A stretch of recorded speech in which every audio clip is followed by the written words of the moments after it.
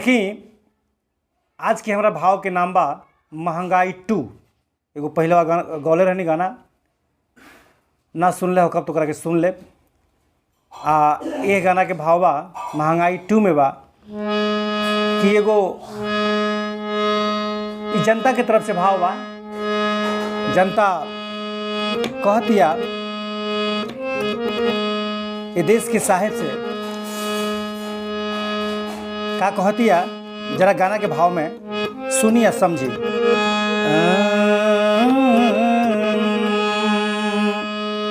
किया रे पेट अभी भरल की ना ये मोदिया चाचा।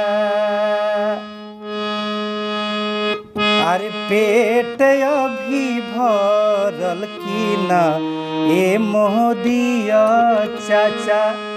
अब कतना बढ़ब महंगाई जी। पेट अभी भरल की ना ए मोदिया चाचा। अब कतना बढ़ब महंगाई जी। जीएसटी नोटबंदी से टूटल हो कमरिया। जीएसटी नोटबंदी से टूटल हो कमरिया। अच्छा दिन कहियाल आई जी। पेट अभी भरल की ना ए मोदिया साहेब। अरे पेट अभी भरल की ना ए मोदिया साहेब। अब कतना बढ़ब महंगाई जी।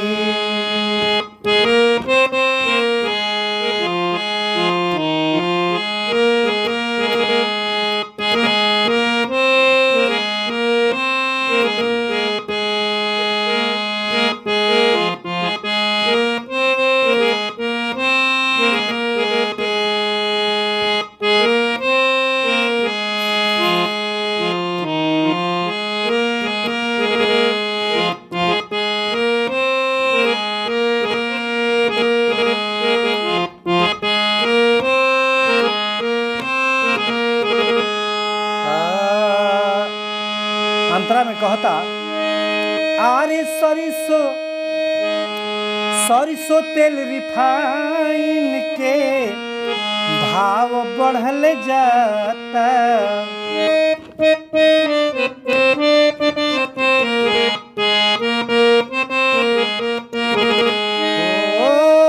सरिसो तेल रिफाइन के भाव बढ़ल जाता। पकौड़ा कैसे छानी माल ये कहू ना बेचाता।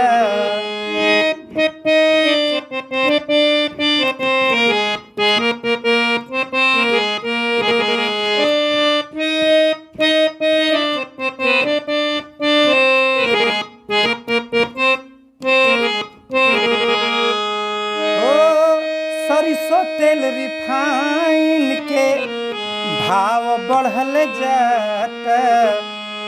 तो पकौड़ा कैसे छानी माल ये कहू ना बेचाता। तो खजाना अभी भरल की ना ये सरकार साहेब। खजाना अभी भरल की ना ए मोदिया साहेब। रसोई गैस कबल सताई जी।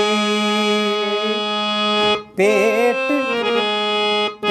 तो हर भरल की ना ये मोदिया चाचा। अब कतना बढ़ब महंगाई जी। जीएसटी नोटबंदी से टूटल हो कमरिया। जीएसटी नोटबंदी से टूटल हो कमरिया। अच्छा दिन कहिया ले आई जी।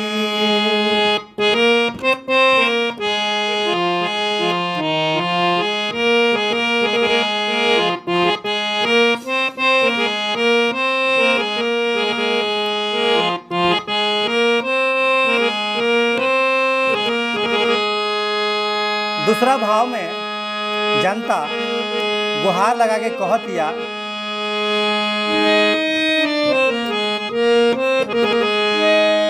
अरे डीजल पेट्रोल त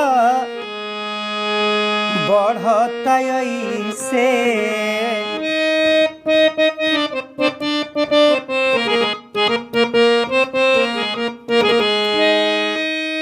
लौका के लतर बढ़त जैसे, डीजल पेट्रोल त बढ़त ऐसे, लौका के लतर बढ़त जैसे,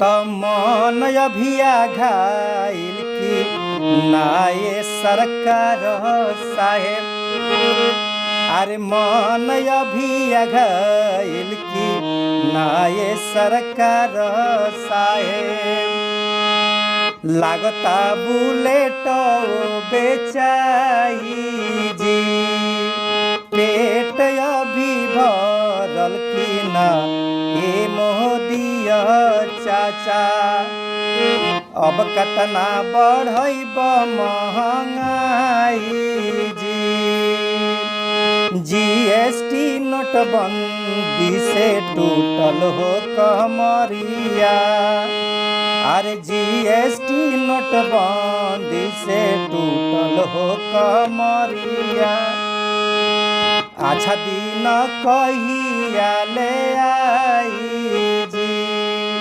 पेट अभी भरल नाये मोदिया चाचा, पेट अभी भरल की ना ए मोदिया चाचा, अब कतना बढ़ब महंगाई जी, अच्छा दिन कहिया ले आई जी, अच्छा दिन कहिया